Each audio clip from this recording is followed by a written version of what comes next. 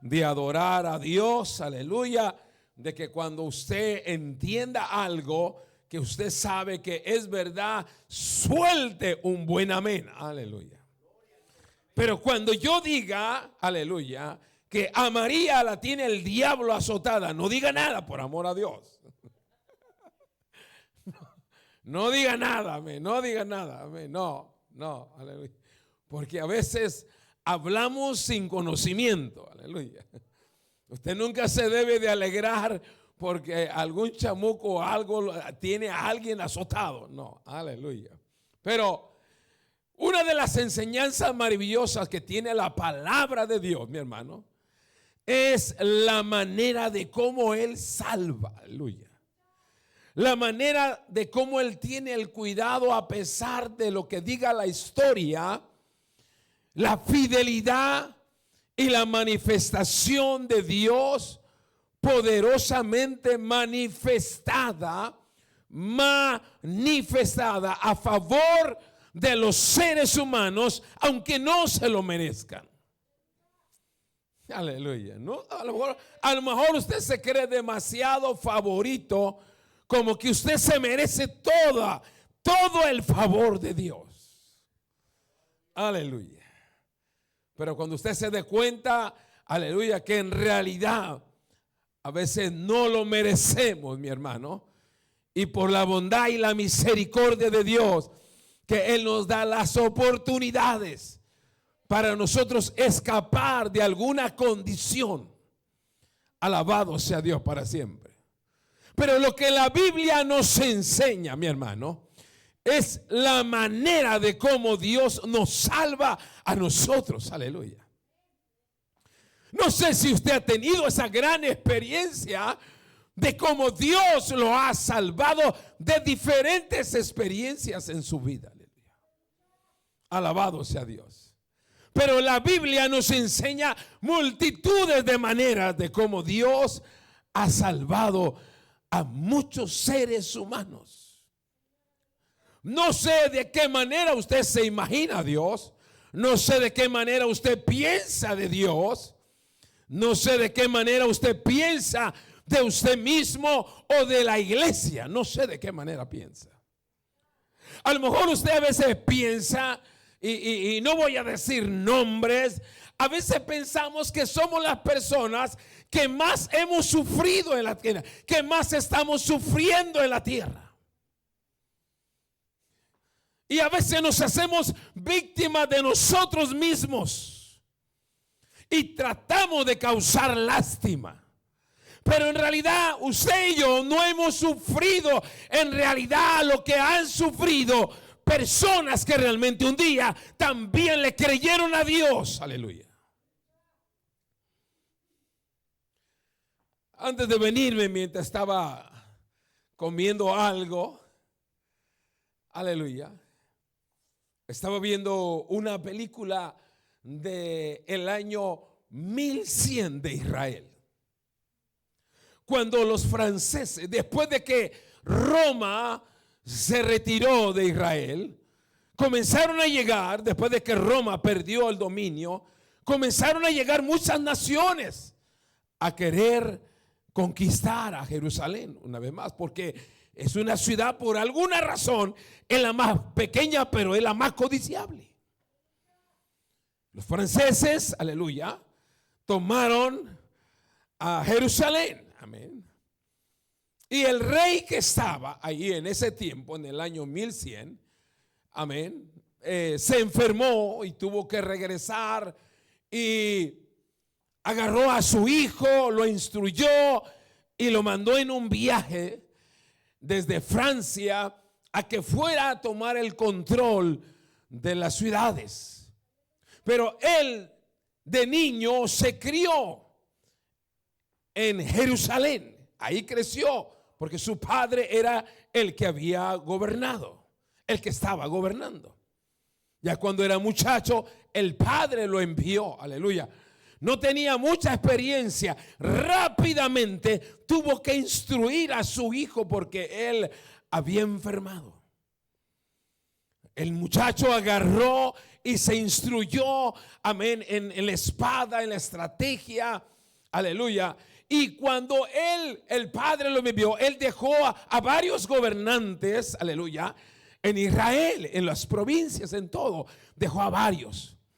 Cuando el joven regresaba a querer tomar el gobierno que el padre le había dejado. Usted por ahí está la película, un día se la voy a recomendar, ¿verdad? Fue en el año 1100 en adelante, aleluya. Y cuando iba a la mitad de la mar, amén, la embarcación donde él iba sufrió un tornado y mató a todos los que iban en la barca y solamente él quedó vivo. Porque dentro de los planes de Dios ya él estaba elegido. Mire, hermano, es sorprendente que a pesar de que Israel estaba bajo el dominio de otras naciones, a pesar de eso, Dios nunca abandonó a Israel. Nunca. Él tenía cuidado y él usaba. ¿Se acuerda de la predicación de anoche? De que cuando alguien en su pueblo no quiere reconocer y no quiere hablar de él, Dios tiene que elegir a qué. Dios tiene que elegir a otros, aleluya. Él no tiene problemas en escoger personas para que sigan, amén, representándolo y hablando lo que él es real y que no hay Dios como él, aleluya. Alabado sea Dios para siempre. El joven cuando llegó a Israel, todos los gobernantes no querían recibirlo como un nuevo gobernante. Él tuvo que disfrazarse, escuche bien, él tuvo que disfrazarse de alguien que no se veía como un linaje, amén, heredero de un trono. Y lo que a él lo sorprendió es que su padre le había dado su propia espada. Su propia espada. Aleluya. ¿Tú crees que ya la viste? ¿Verdad? ¿Sí?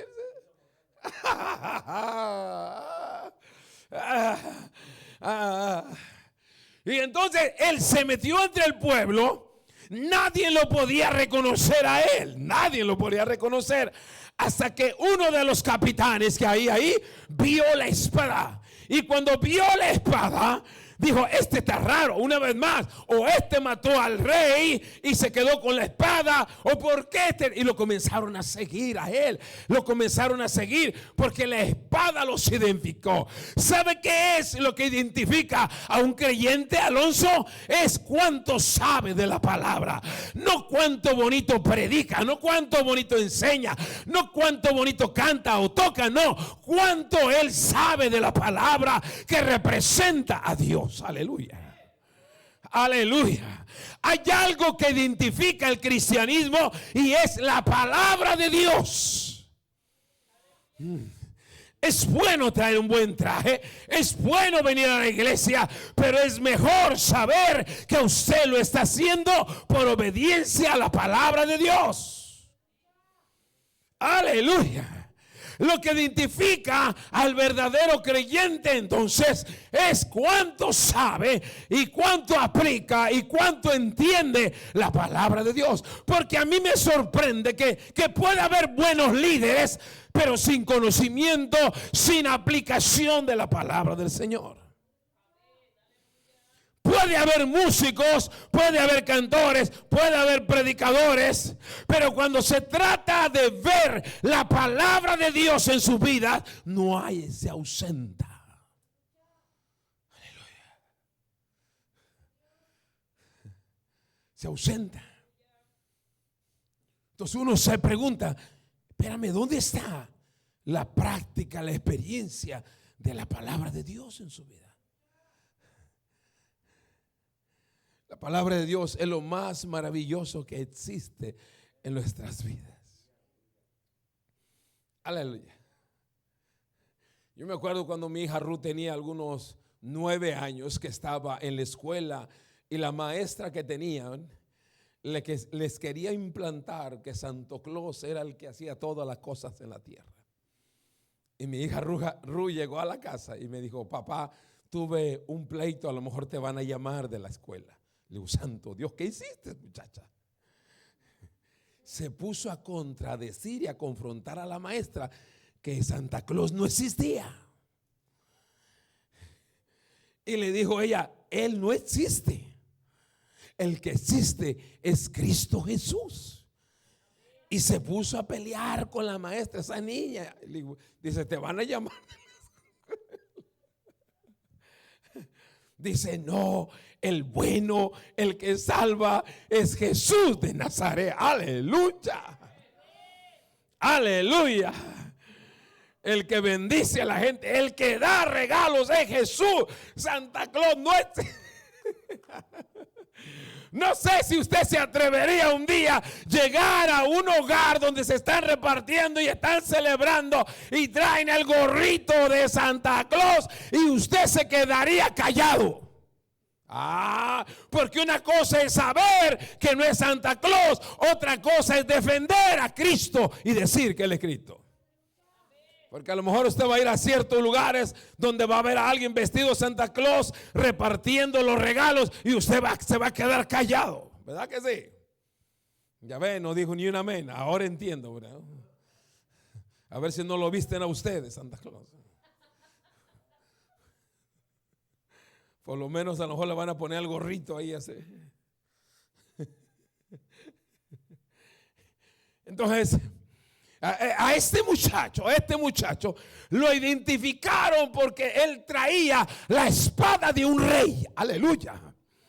Él traía la espada de un rey. Alabado sea Dios para siempre. Lo que identifica a un buen cristiano, dije un buen cristiano, es aquel que trae a Cristo implantado en su vida. Aleluya. Alabado sea Dios. Aquel que refleja la imagen de Cristo sobre su vida. Aleluya. Aquel que piensa, aquel que vive, aquel que sabe que Cristo es la razón de su vida, que no es Él, que no son sus planes, que no son sus deseos, sino que es Cristo sobre todo. Aleluya. Aleluya. Y lo identificaron, Alonso lo identificaron. Aquí tengo un testigo ya. Aleluya. Por la espada. Pero escuche bien. Y después, Alonso, le hacen unas preguntas al muchacho. Le preguntan del rey por los ojos. Lo quisieron confundir y le dieron un color. Y le dijeron él, no. Y cuando él dio el color correcto, entonces lo reconocieron como el enviado del rey. Y se postraron. Se hincaron porque se dieran cuenta de que él realmente era el hijo del rey. Ahora era un príncipe. Aleluya. Lo agarraron, lo llevaron. No todos lo aceptaban. Para cortarla bien cerquitas, todas las tribus de los árabes y los musulmanes, los turcos y todo, se comenzaron a unir porque ellos querían venir a conquistar a Jerusalén. Era el tiempo de las cruzadas. Entonces, él, como todavía no le tocaba el trono, porque acuérdate que estaba el emperador que estaba enfermo de lepra, el rey, el mero. Entonces, él todavía no podía ocupar ese lugar. No podía ocuparla. Entonces él pidió que lo mandaran a su ciudad, que era Belén, Jerusalén. Ahí él se crió. Tal vez que hizo los pozos de agua, hizo un gran. Y entonces nadie quería, el pueblo estaba dividido, nadie quería enfrentarse a todos los turcos, a todos los árabes, porque se unieron todos para volver a conquistar Jerusalén. Se murió el rey principal, se murió, y se dieron cuenta todos y vinieron a combatirla. Todos eran 10, como 20 veces más grande el ejército de los árabes comenzaron a querer a conquistarla. Pero no podían, el muchacho era demasiado valiente. Pensaban los reyes de los árabes, que este joven no iba a ser tan valiente como ellos era, no iba a ser tan fuerte para resistir. Con tal de que el ejército de los árabes lo bombardeaban pero él no se rendía, aleluya. No se rendía para nada. No se rendía. Al final tomaron la última batalla y los árabes ganaron. Pero ¿sabe qué pasó? El mero jefe de los árabes, cuando conquistó Jerusalén, cuando la iba a tomar, dijeron ellos, no somos dignos de tomar esta ciudad. Al último, el joven quedó vivo, y le dijeron, no, este joven es demasiado valiente. Ha sido demasiado valiente. No podemos tomarla. Dejémoselas a ellos. Aleluya. Hermano, hay batallas que no se pueden ganar a veces como nosotros quisiéramos. Aleluya. ¿Sabe cómo se llama eso? Se llama el favor y el tiempo y la salvación de Dios. Aleluya.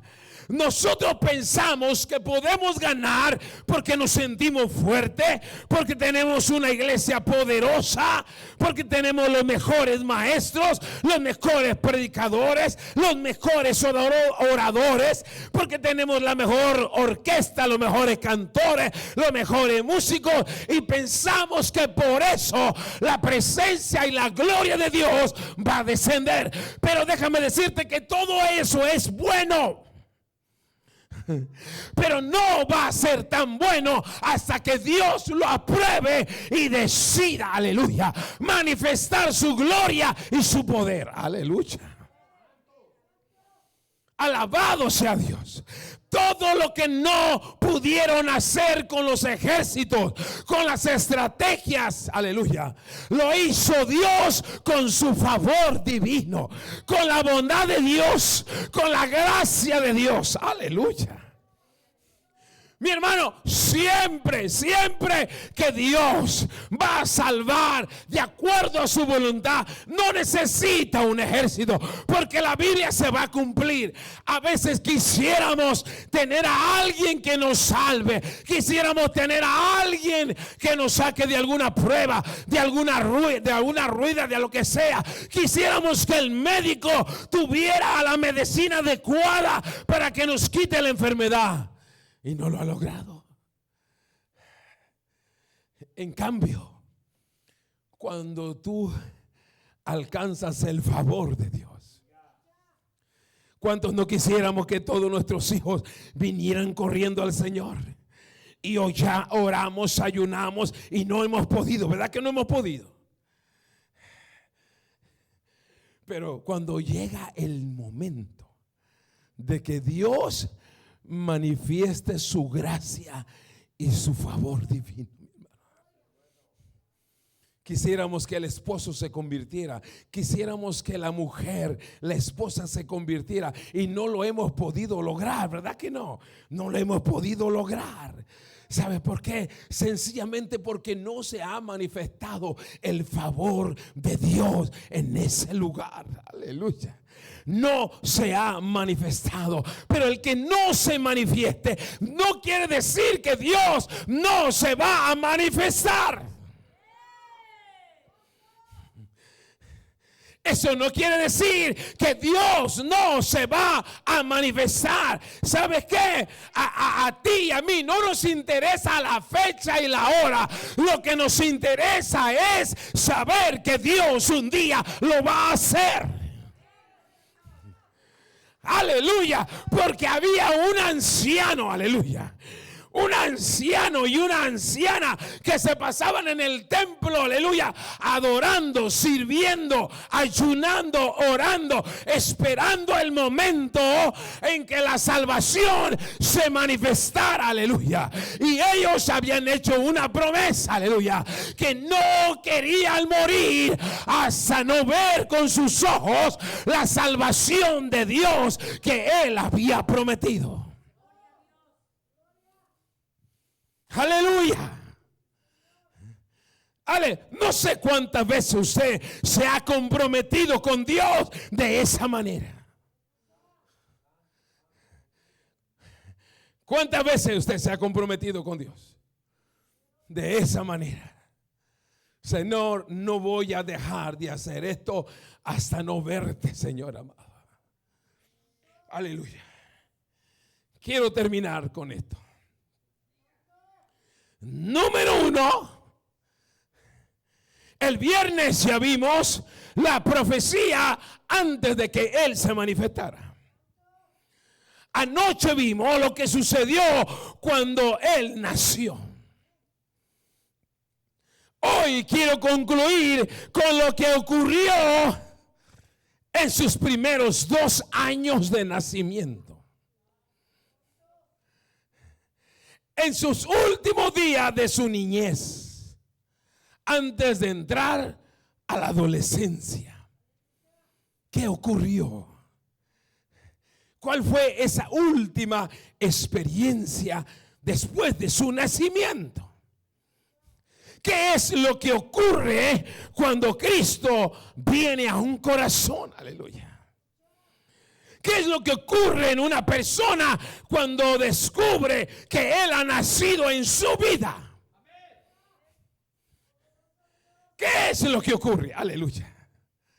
¿Qué es lo que pasa en una vida? Aleluya, cuando Él se convierte en el Salvador, en el Señor, en el Redentor, en el Protector. ¿Qué ocurre en una vida cuando Cristo es el que gobierna en una vida? Aleluya. Cuando estamos ya convencidos de que Él vino, aleluya, conforme a la palabra de Dios, aleluya. Él vino, lo recibimos y ahora vive en nosotros, aleluya. Porque si no ocurre nada, no sé a quién trae usted en el corazón entonces. A lo mejor trae a Judas. Aleluya. Algunos se parecen a María.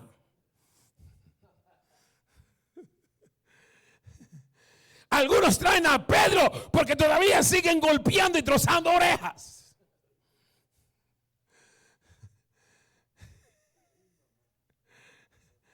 Algunos traen a Judas que traicionan a la iglesia y a los hermanos. Hay gente que ponen hermanos contra hermanos para que peleen. Esos son Judas.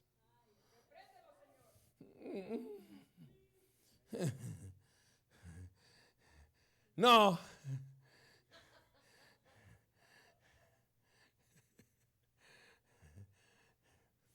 ¿Qué es lo que pasa cuando ya Cristo nació en nosotros?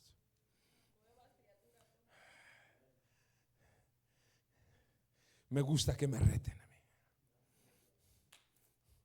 ¿Qué hizo José y María? ¿Qué decía la Escritura? ¿Qué hizo? ¿Qué es lo que hacía? ¿Qué fue lo que hizo José y María con el niño, Alonso? ¿Lo llevaron al parque? ¿Lo llevaron a la clínica? ¿Lo llevaron a las movies? ¿Lo llevaron al Chuck E. Cheese? ¿Se lo llevaron a un concierto? ¿A dónde lo llevaron? La gente que tiene a Cristo en su corazón se enamoran de la casa de Dios.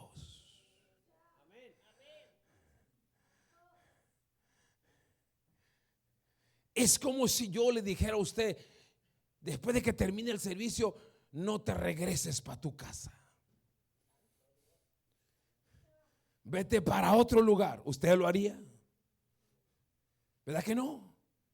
Usted, después de que termine el culto y se aviente unos buenos guaraches que están haciendo allá abajo, usted de seguro que va a correr para su casa. ¿Verdad que sí? Los que tenemos a Cristo corremos a donde está la casa de Dios. José y María corrieron ¿a dónde? Al templo. ¿Por qué? ¿Por qué decidieron ir al templo? ¿Por qué? Por obediencia. ¿Por qué más? ¿Qué decía la Escritura? Porque así estaba escrito que era necesario llevar al templo, ir al templo. ¿Por qué al templo? Porque ellos sabían que ahí estaba Dios. Aleluya. Cuando usted reconozca que en el templo es el lugar que Dios ha elegido para manifestar su gloria. Aleluya. Porque así dice la Escritura: mirar cuán bueno y cuán delicioso es habitar los hermanos que juntos en armonía. ¿Por qué? Porque ahí envía ¿quién? ¿Qué envía Dios ahí? ¿Problemas? ¿Pleitos? ¿Miseria? Aleluya. ¿Qué envía ahí? Porque ahí envía Jehová bendición y vida. Pues yo quiero estar donde Dios me administra. Yo quiero estar donde Dios me toca. Yo quiero estar, aleluya, donde yo me enriquezco, donde yo crezco mi fe, donde mi fe crece, aleluya, donde mi corazón se transforma, donde mi alma se sana, aleluya, donde yo veo a mis hermanos, aleluya, donde yo veo el poder de Dios, aleluya. Ahí envía Jehová bendición y vida eterna a aquellos que todavía, aleluya, aquellos que todavía no se sientan atraídos por la casa de Dios, aleluya. Aleluya. Dígame lo que usted quiera, pero cuando yo encuentro un cristiano enamorado de la presencia, del altar, de la casa de Dios, yo veo su vida espiritual que no es la misma. Cuando yo veo a los cristianos que vienen por conveniencia y solamente cuando van a hacer algo, yo no les veo nada a veces de espiritual.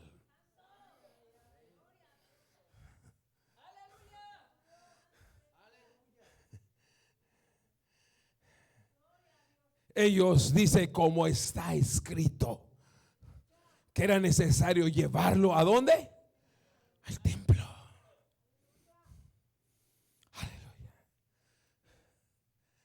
Al templo.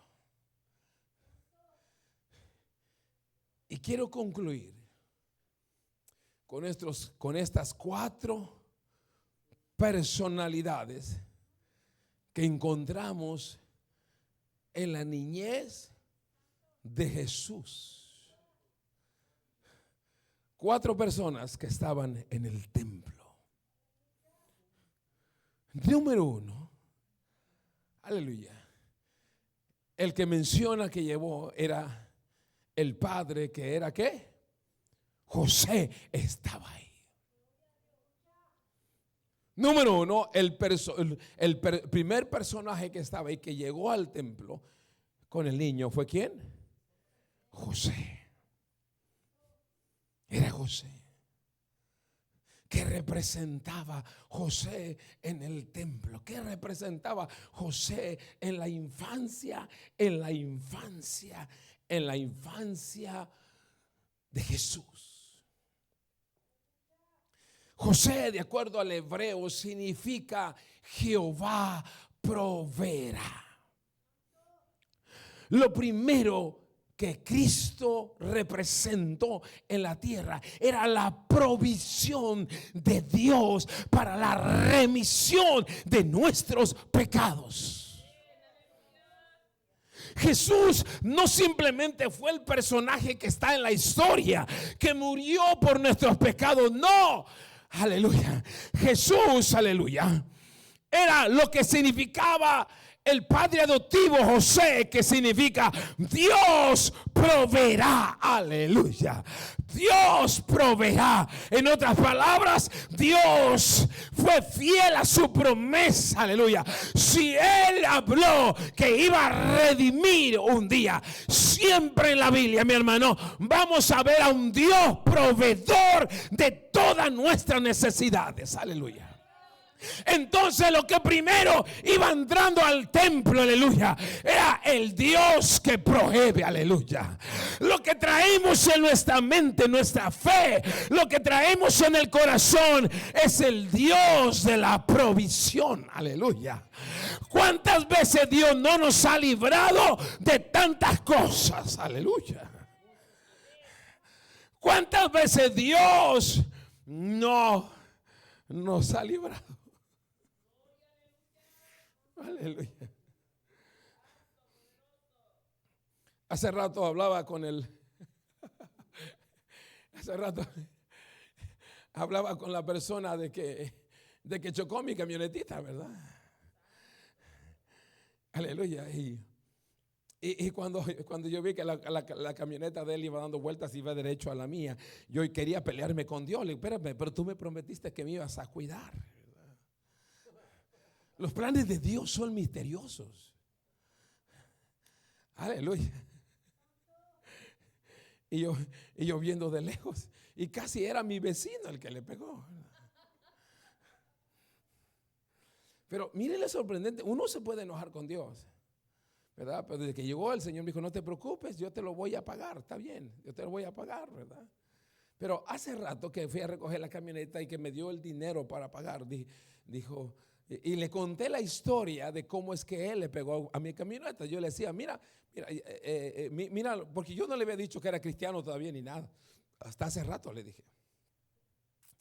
Le digo, mira la curiosidad. Es que yo le conté a él la historia. Le digo, dice, mira, antes de darle las gracias, le digo, no, gracias porque fuiste un hombre respetuoso, te hiciste responsable. Gracias, eres un hombre respetuoso.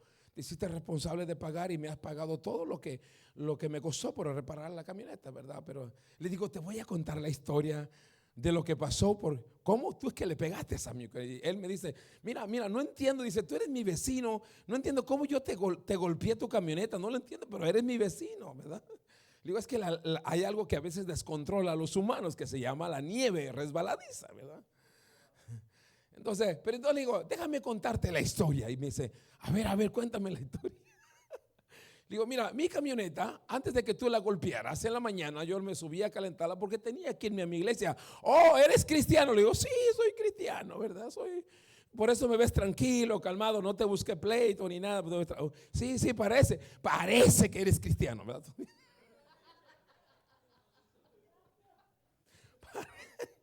Como que no te ves muy cristiano, pero parece. Ríase que usted también a veces me aparece, como que usted todavía no me convence también a mí. A veces lo veo medio raro, como que no.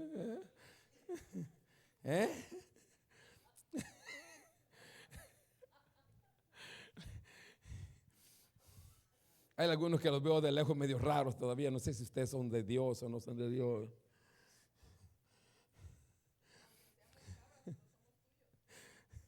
Entonces, mira, le dije al Señor, mira, mi camioneta estaba en aquella esquina y cuando yo la estaba calentando primero en la iglesia, le digo, una camioneta nueva comenzó a dar vueltas y me iba a golpear. Y yo estaba en mi volante, le digo, y yo cerré mis ojos y le pedí a Dios que lo desviara, que no viniera. Le digo, y aquella camioneta sí se paró antes de golpearme.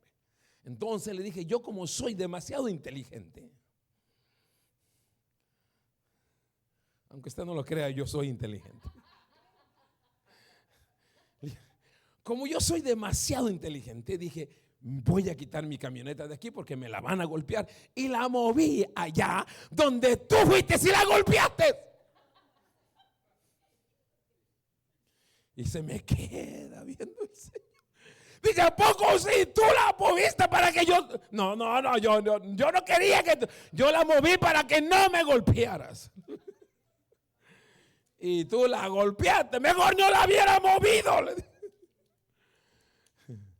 Entonces yo le tuve que decir, mira, hay cosas misteriosas que solamente Dios sabe. Oh, ¿tú crees en Dios? Ya ve, ya voy más cristiano. Ahora ya no le dije que voy a la iglesia, ahora le dije que creo en Dios. Dice, también crees en Dios. Con razón siento algo misterioso cuando estoy cerca de ti. Ahora me está gustando más el ambiente.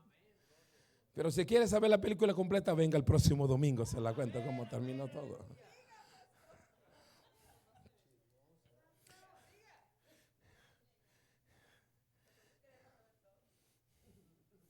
No, lo que yo quiero enseñarle es lo que decía la escritura, que José y María sabían que era necesario ir al templo.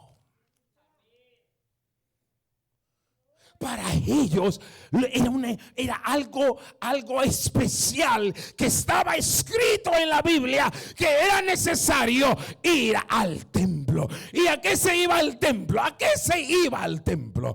Al templo se iba a presentarse delante de Dios. Al templo se iba a ponerse a cuentas, como dice el profeta Isaías: venid a mí, estemos ¿qué? A cuentas. Si vuestros pecados fueren rojos como el carmesí, vendrán a ser como blanca lana. ¿A qué venimos al templo? Isaías capítulo 6 dice así: el día en que murió Ezequías, aleluya, yo vi al Señor sentado en su trono, aleluya. ¿A qué venimos al templo, mi hermano? A tener un encuentro personal, a que se nos hable de Dios, a que se nos diga quién es Dios, qué es lo que Dios puede hacer, qué es lo que Dios desea hacer, cuáles son los planes de Dios para mi vida, aleluya. Aunque algunos entran al templo con malas intenciones y se llenan de lepra, hermana Francis. Uy, uy, uy. Hay que preguntarle al rey Josías, Eduardo, que un día se atrevió a entrar al templo sin permiso, hacer algo que no debía hacer. ¿Y qué le pasó, hermana Francis, de los libros históricos? Se llenó de lepra, porque quería hacer algo que a él no se le permitía hacer. Tenga cuidado que usted no entre mal y salga peor cuando usted está delante de un Dios maravilloso. Entonces, la manifestación de Cristo nace lo que se llama iglesia. La iglesia es donde Cristo se manifiesta, donde Cristo se da a conocer, donde Él mismo dijo: mi iglesia prevalecerá. A mi iglesia nadie la podrá destruir. Aleluya. Antes se llamaban templos, sinagogas. Cristo le llamó mi iglesia. Y la iglesia está representada, póngalo atención, la iglesia está representada divinamente, espiritualmente, por la gente que somos creyentes.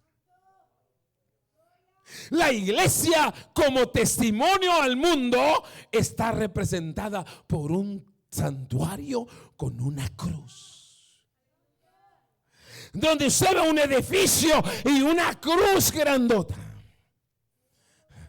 Usted se va a dar cuenta que ahí hay ¿qué? Una iglesia. Aleluya. Y nos va a pasar lo que un día le pasó a un vagabundo, que se le habían acabado las ganas de vivir. Un niño que en su adolescencia había nacido en una iglesia, pero en su juventud se apartó del Señor. Y un día él después de que el mundo lo golpeó, el pecado lo golpeó, él dijo un día: quiero regresar a mi casa. Quiero regresar a mi casa. Porque hay algunos que están en contra de la cruz. Tienen que leer la Biblia. En especial, Primera de Corintios. Que dice Pablo: para algunos la cruz es locura, pero para nosotros es salvación. Entonces, este joven un día quiso regresar y comenzó a andar por pueblo en pueblo en pueblo y nunca encontró una iglesia. Hasta que ya estaba a punto de rendirse. Y cuando estaba el último pueblito por visitar, cuando él se estaba acercando, él sabía lo que le habían enseñado las maestras. Y cuando vio de lejos una cruz bien grande y alta, dice que la esperanza entró a su vida y dijo: ahí hay una iglesia y ahí está Dios.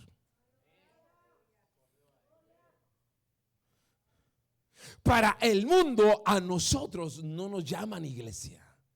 Para el mundo le llaman al templo, al santuario, y con una cruz dice: ahí está una iglesia. Es más, usted vea el mismo sign que tenemos allá afuera. ¿Cómo dice la primera expresión? ¿Cómo dice? ¿Cómo dice? Iglesia. Iglesia, la cruzada misionera. Iglesia. Porque se está dando testimonio ¿a quién? Al mundo. Bueno, hay algunos que no saben ni cómo ponerle ya. Le tiene el miedo al nombre de iglesia. Es más, ellos dicen que el templo no es considerado como iglesia. Para el mundo sí. Para el mundo sí. Bueno, algunos tienen el miedo de ponerle iglesia allá afuera, porque el día que un loco se enoja las queman, porque dice arriba ¿cómo? Iglesia. Por eso hoy ya no le llaman iglesia. ¿Cómo le llaman ahora? No, también. No saben, casas, centros, sonidos, pero ya no le llaman iglesias. Y yo lo respeto, está bien, no estoy criticando, no, es su decisión de ellos. Pero para mí, yo me identifico como ¿qué? Como iglesia. Como iglesia. El nacimiento, la manifestación del nacimiento de Cristo, lo primero que nos enseña que tenemos que entender lo que dice Hebreos, que no nos dejemos de ¿qué? De congregar. Que nuestros planes, aleluya, que pensemos en congregarnos, aleluya, ir a la iglesia, arreglarnos, hasta tener nuestra ropa de iglesia. Aleluya. Este es mi traje de la iglesia. Con este traje voy a la iglesia. Yo voy a la iglesia, aleluya. Hermano, se ama, se planea. Esto no es de los hombres. Los santuarios, los templos, no fue idea de los hombres. Fue un día que Dios le dijo a Moisés: yo quiero que me levantes un santuario. Yo quiero que me hagas un tabernáculo, porque yo quiero estar ahí. Aleluya. En otras palabras, el nacimiento de Cristo bíblicamente nos retorna a la casa de Dios. Aleluya. El nacimiento de Cristo, aleluya. Usted dígame lo que usted me pueda decir. Al no ser por esta casa de oración, yo no hubiera sido salvo. ¿Sabe por qué doy testimonio? Porque un día mi madre me dijo: vamos a la iglesia, Andy, vamos a la iglesia. Solamente échate un billete de $5 a la bolsa y vámonos a la iglesia, aleluya. Al no haber sido por ese lugar, yo no estaría aquí.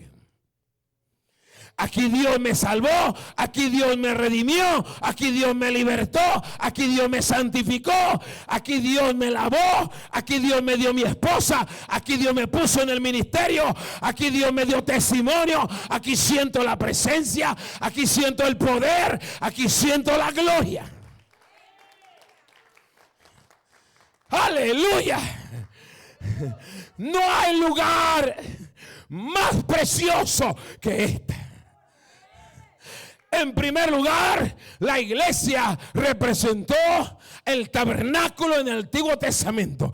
Y dice la Biblia que cuando el tabernáculo se extendía, había una columna de fuego que descendía del cielo, aleluya, al tabernáculo, aleluya, representando la divinidad, la soberanía de Dios. Todos sabían que ahí estaba Dios. Aleluya. Número 2, representó, aleluya, representó las sinagogas. Ahí comenzó Cristo a predicar el evangelio, aleluya. Ahí echaba fuera demonios, ahí sanaba a los enfermos. Ahí comenzó él a traer el nombre de Dios cuando él sanaba. Y por primera vez cuando él agarró, aleluya, el rollo. ¿Estaba dónde? ¿Estaba en el parque? ¿Dónde estaba cuando él agarró el rollo?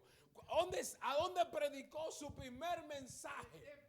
¿A dónde predicó su primer sermón? Aleluya. ¿A dónde lo predicó? En la sinagoga.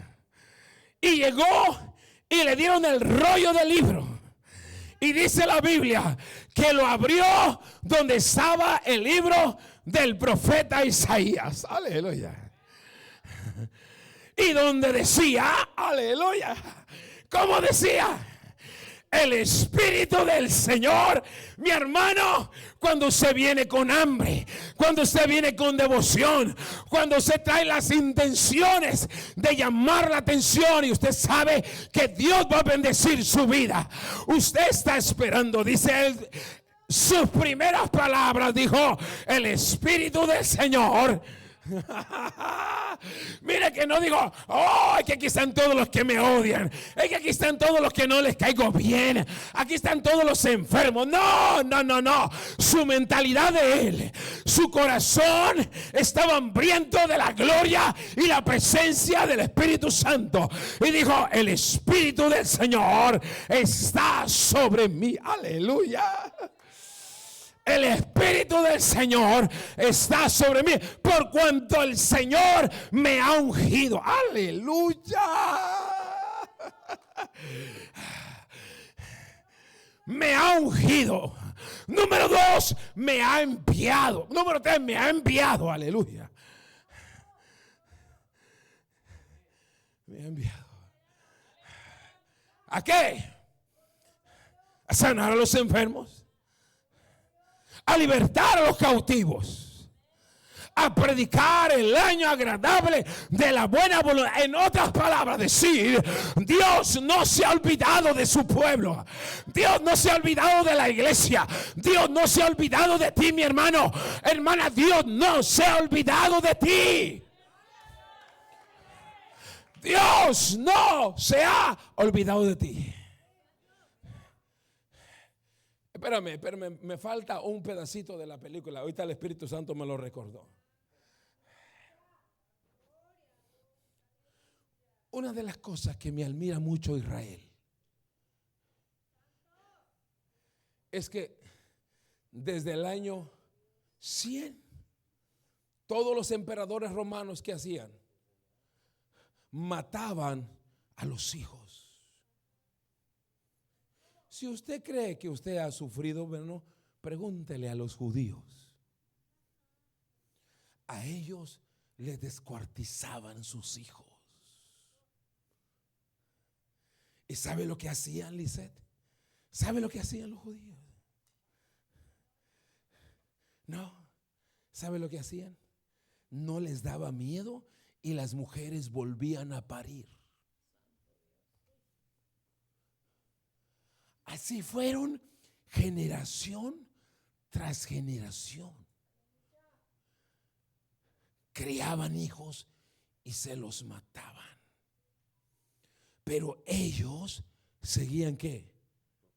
Procreando. A pesar de que ellos sabían que a lo mejor podían morir. Y muchos de ellos morían terriblemente.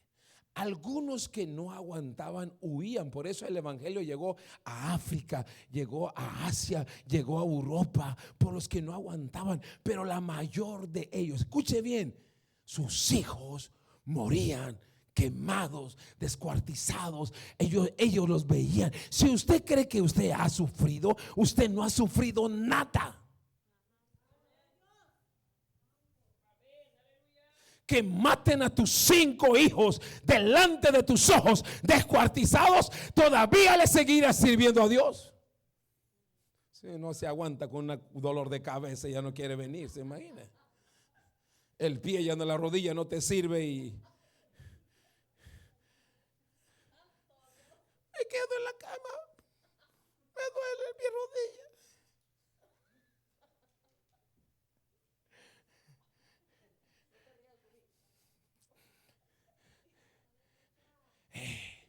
Escúcheme bien, hermano. Usted se cree el muy sufriente. En verdad que usted no ha sufrido. En verdad que usted no, yo también me meto ahí. No hemos sufrido lo que realmente gente siguen creyendo a Dios a pesar de que han sufrido. Se me fue el tiempo. Tenemos que acabar para otro día. José, ¿qué simboliza qué? ¿Qué dijimos que significa José? Provisión. Dios proveerá. Iba acompañado de quién? ¿Quién era su compañía? María, que del griego significa amada por Dios. Por eso se cumple el evangelio según San Juan, que dice 3:16. ¿Cómo dice? No, ¿qué pasó? ¿Qué pasó? ¿Qué pasó?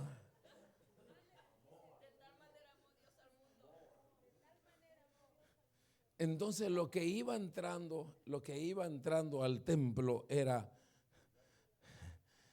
Jesús, que era la salvación, José, que era la provisión, y María, que era la demostración del amor de Dios al mundo. Mire lo que estaba entrando. Mire lo que estaba entrando. Pero entonces ellos se encontraron con un personaje que se llamaba ¿quién? Que se llamaba ¿cómo? ¿Cómo se llamaba el que los estaba esperando en el templo? Simeón. Simeón. ¿Qué significa? Escuche bien. ¿Qué significa? ¿Qué significa?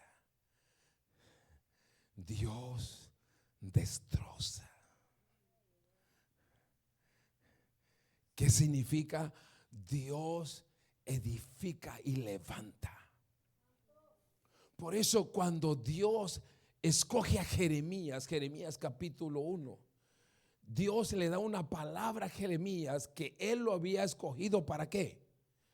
¿Para qué lo había escogido? ¿Para qué? ¿Para qué? ¿Para qué? Para arrancar.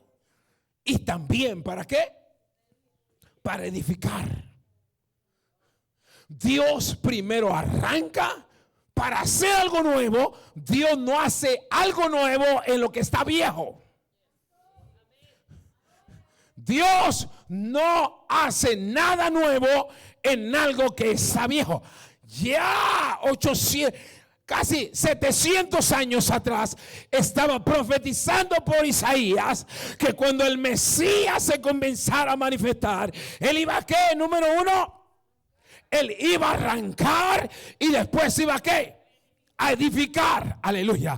Por eso cuando Cristo comienza el ministerio, él sanaba ¿qué? Sanaba a los enfermos y les aumentaba, les regresaba la fe para que ellos predicaran el evangelio. Primero Él arranca, Él quita todo lo que nos sirve. Aleluya.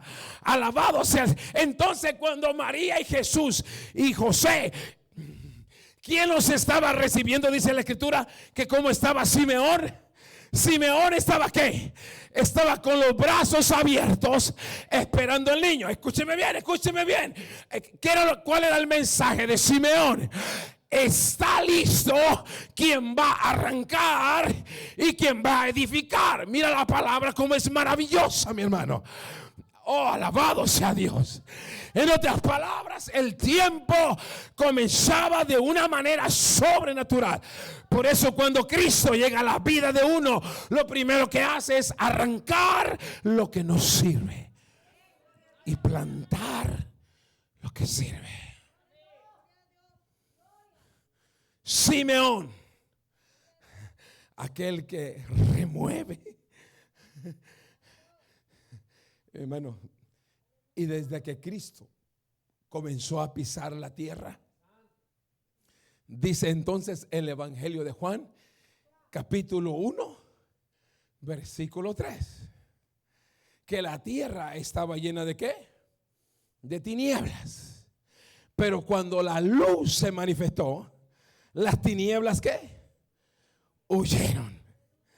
Simbólicamente, mi hermano, siempre que usted reconozca a Cristo en su vida, cuando usted es que cuando yo me doy cuenta que el diablo quiere zarandear mi casa, quiere zarandear mis hijos, yo le dije: diablo, te vas a equivocar, te vas a equivocar, te vas a quemar.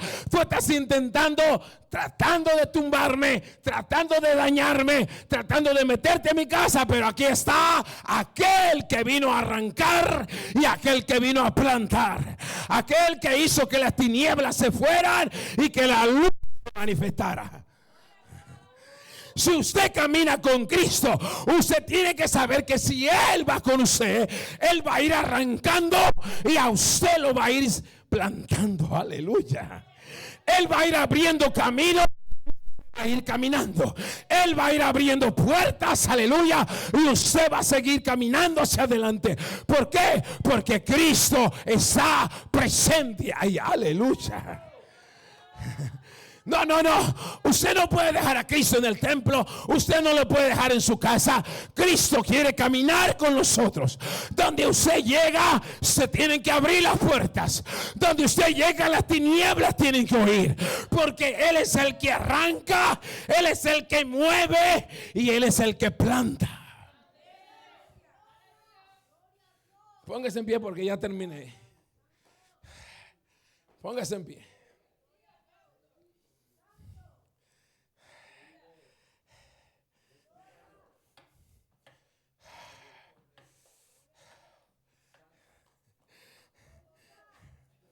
Gedeón significa cortador.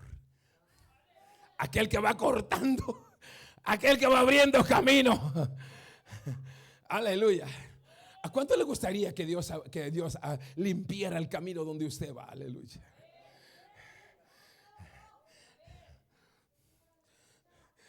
Gedeón significa talador de árboles.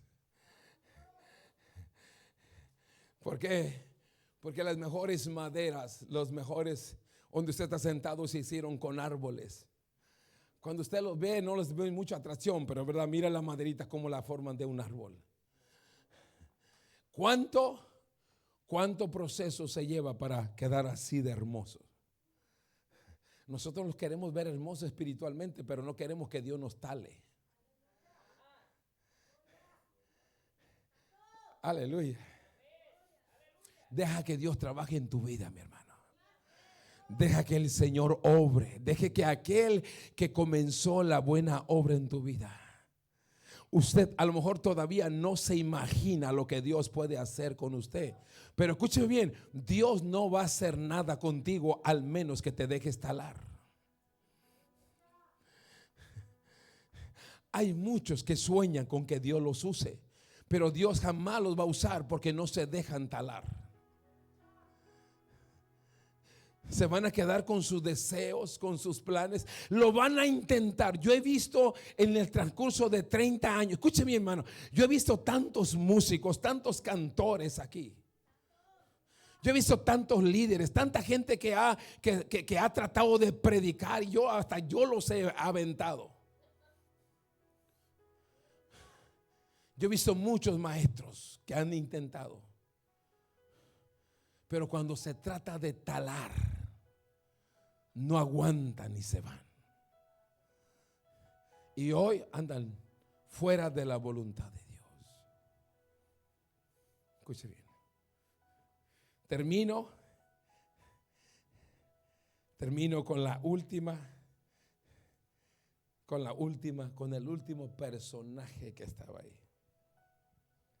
¿Cómo se llama la última personaje que había ahí? En esa reunión estaba José, estaba María, estaba Gedeón, Simeón, pero había alguien más. Alguien más. Ana. Estaba Ana. ¿Qué fue lo que vio Ana? ¿Qué fue lo que vio Ana? ¿Qué fue lo que vio Ana? No sé usted lo que ve de Dios en este lugar. No sé lo que usted ve de Dios en el mundo. No sé. Pero Ana vio algo en Jesús. Fue la última. Diga conmigo, a lo mejor yo soy el último. Pero los últimos ven lo mejor a veces. A lo mejor yo no soy tan importante en la iglesia, pero Dios no se va a olvidar de mí. Aleluya. A lo mejor yo no soy el predicador de la iglesia, pero Dios no se va a olvidar de mí. Aleluya. A lo mejor yo no soy el mejor, el músico, el cantor. A lo mejor yo no soy, aleluya. Pero estoy seguro que Dios no se va a olvidar de mí. Ana, la última, pero estaba a punto de ver una gran visión. ¿Cuál es la visión más grande que un creyente necesita? ¿Cuál es la visión más grande que un creyente necesita? Dice el apóstol Pablo, ¿de qué me serviría a mí si yo fuera el mejor predicador pero no tengo amor? ¿Qué dice? De nada me sirve. ¿De qué me serviría que sea el mejor músico, el mejor cantor, pero si no tengo amor? De nada me sirve. ¿De qué me sirve que sea el mejor pastor, pero si no tengo amor? ¿De qué? ¿De qué me sirve que sea el mejor misionero, evangelista, apóstol, profeta, lo que sea, pero si no tengo qué? ¿De qué? De nada me sirve. De nada. Te lo digo y no te enojas conmigo. Hay gente que no tiene el amor de Dios. No lo tiene. Pregúntale a Dios. Pregúntale si tú tienes su amor. Es más, atrévete a decirle: Señor, ponme a prueba. Uy. Dile: ponme a prueba para yo demostrar que tengo tu amor. Ya ven, no hay ni un amén. No hay, yo sé. No sé usted cómo va a entrar al cielo. No sé. Dígale, ponme a prueba, Señor. Ponme a prueba que yo tengo tu amor, Señor. Espero que tú no seas de esas personas que cuando Dios te ponga a prueba de mostrar su amor, espero que no oigas la voz del Espíritu que te diga: te pusimos a prueba y fuiste encontrado. Fuiste encontrado falto. Uy, uy, uy.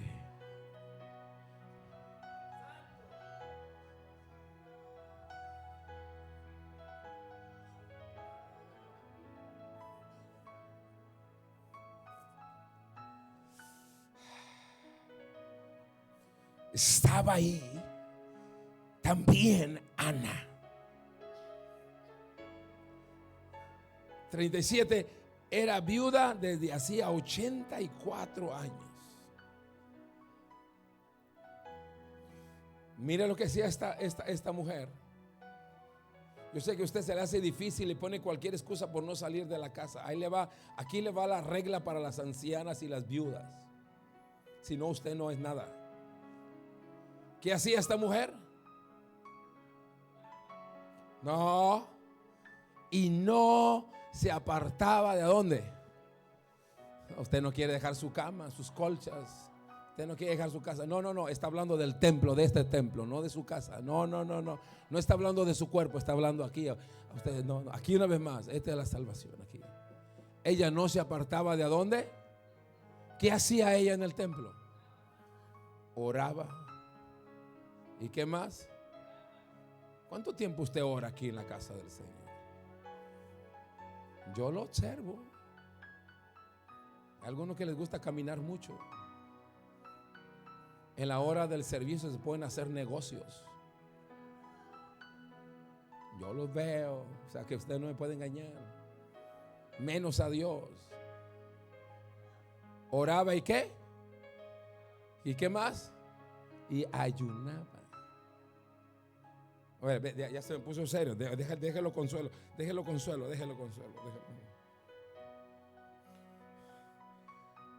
38. Esta presentándose en la misma hora. ¿Daba qué? Daba gracias a Dios. Porque daba gracias a Dios. Y hablaba del niño a todos los que esperaban. Mire lo que vio esta mujer. Mire lo que vio. Esta no malgastaba el tiempo. Esta no venía a hacer negocios a la iglesia. No. Ella lo que hacía. ¿Qué hacía? Oigan, se dieron cuenta que el que está aquí está el Señor. Aquí está el Salvador del mundo. Aquí está el que sana. Aquí está el que liberta. Aquí está el que da vida. Aquí está aquel que hablaron los profetas. Aquí está aquel que estaba en el Antiguo Testamento. Aquí está aquel del cual habló Moisés. Aquí está aquel que representaba a Isaac cuando Abraham lo llevó a sacrificar. Aquí está el Salvador del mundo. Ella dice, daba testimonio de mira la visión de esta mujer. La visión dice, aquí está el que redime a toda alma. Aquí está el Salvador del mundo. Aquí está el Salvador de Israel. Aquí está el que sana a los enfermos. Aquí está quien salva a los perdidos. Aquí está aquel que para que a él no hay nada imposible. Aquí está el que sana los corazones. Aquí está el que viene a derrotar a Satanás. Aquí está el que echa fuera a los demonios. Aquí está el que enriquece las almas.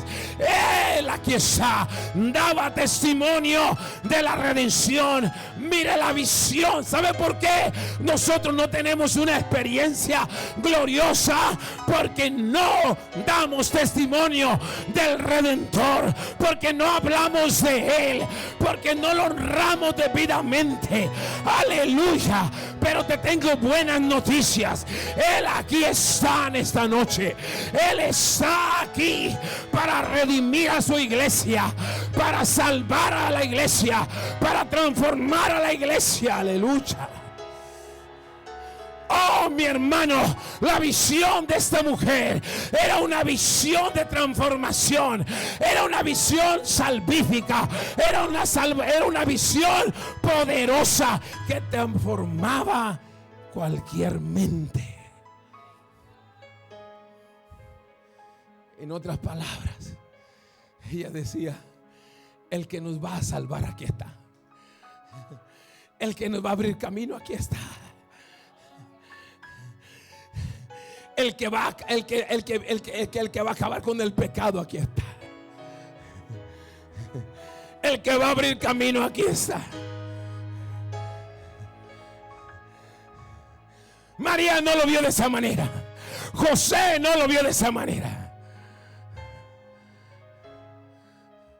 Simeón tuvo otra visión.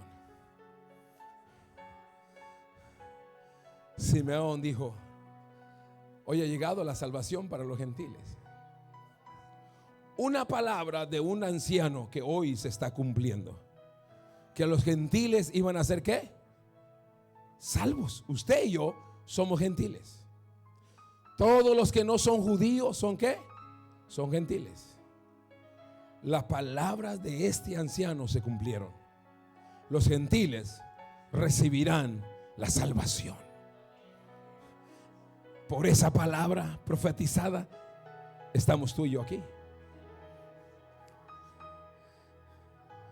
Simeón vio dos cosas muy importantes que necesitamos: la salvación y el poder de la gloria de Dios. Hay gente que es salva, pero no busca la gloria de Dios, no busca la presencia, no busca la llenura del Espíritu Santo, pero son salvos. Sí, está bien, pero la salvación completa de experiencia se requiere la llenura de la gloria y la presencia del Espíritu Santo.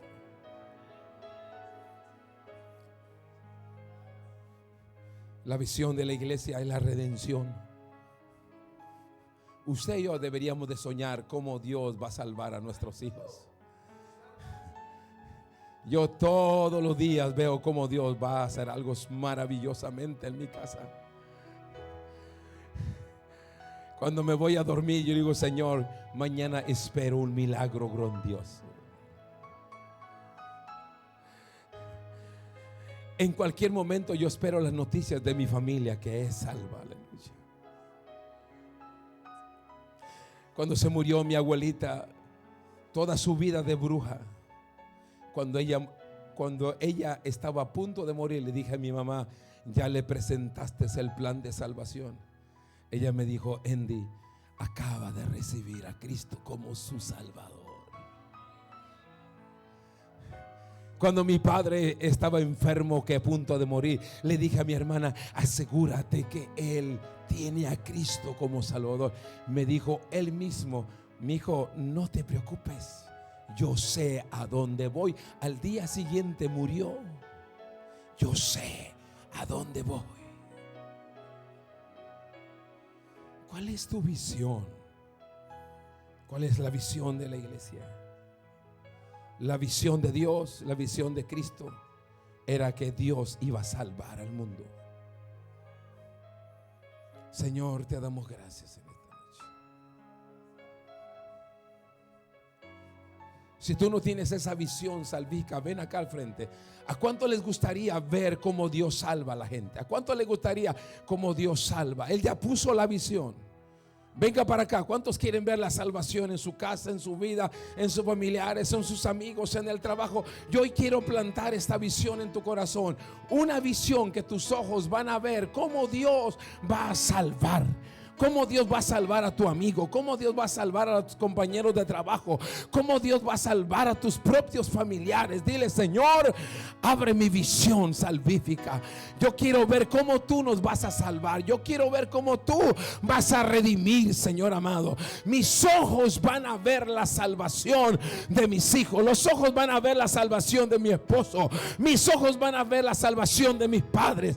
Mis ojos van a ver la salvación, Señor amado. Oh Señor, dame la visión de Ana, Señor. Una visión redentora, Señor. Una visión redentora, Señor amado. Yo quiero ver las almas como entran, Señor. Yo quiero ver las almas como vienen a los pies de la cruz. Yo quiero ver las almas, Señor, como tú las reconcilias, como tú las sanas, Señor. Yo quiero ver, Señor amado. Mis ojos quieren ver, aleluya.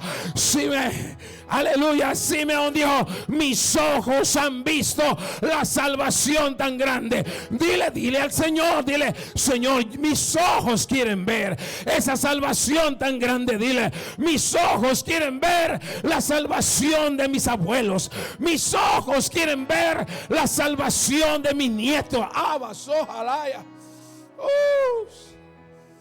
Oh, no.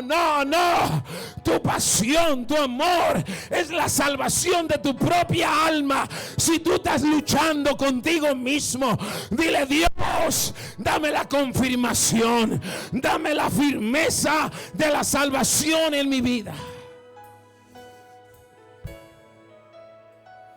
Porque si Él vino y tú te pierdes, oh, mi hermano, qué triste va a ser.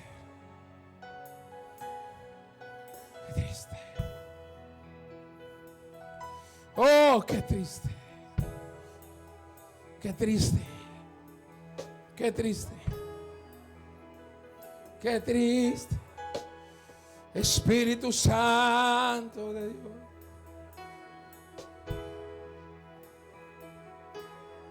Con mi fe. No cante, yo voy a cantar. Te alcanzaré. Con mi fe te tocaré. Mi milagro recibiré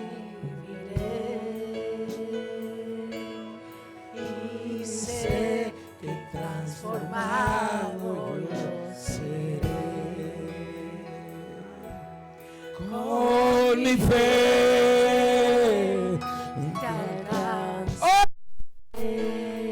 lo puedes alcanzar, mi hermano. Él descendió de su trono, bajó a la tierra para que tú y yo lo podamos alcanzar. Aleluya.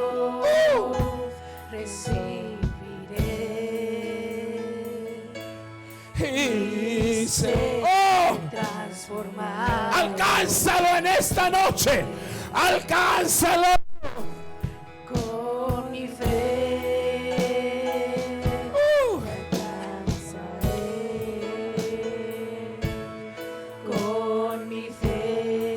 Alcánzalo.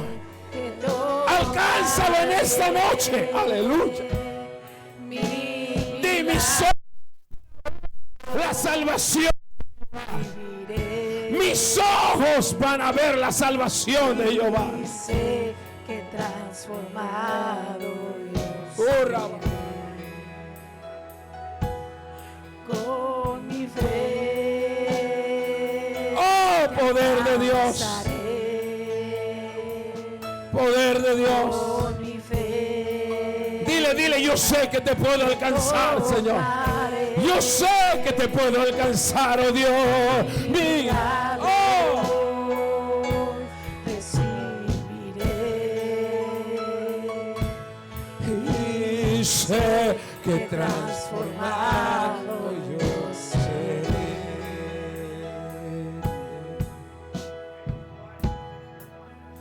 Yo sé que estás aquí. Él está aquí, mi hermano. Él está aquí. Siento, dile. Siento tu camino. Yo siento tu caminar alrededor mío. Yo siento tu caminar, Señor. Oh, te mueves. Tú te mueves, Señor. Tú te mueves a compasión. Tú te mueves a misericordia. Vamos a orar, Rafa. Vamos a orar, Paco. Yo sé, dile. Yo sé. Que estás aquí. Oh, yo sé. Siento tu caminar. Yo sé. Te mueves, te mueves, te mueves, te mueves.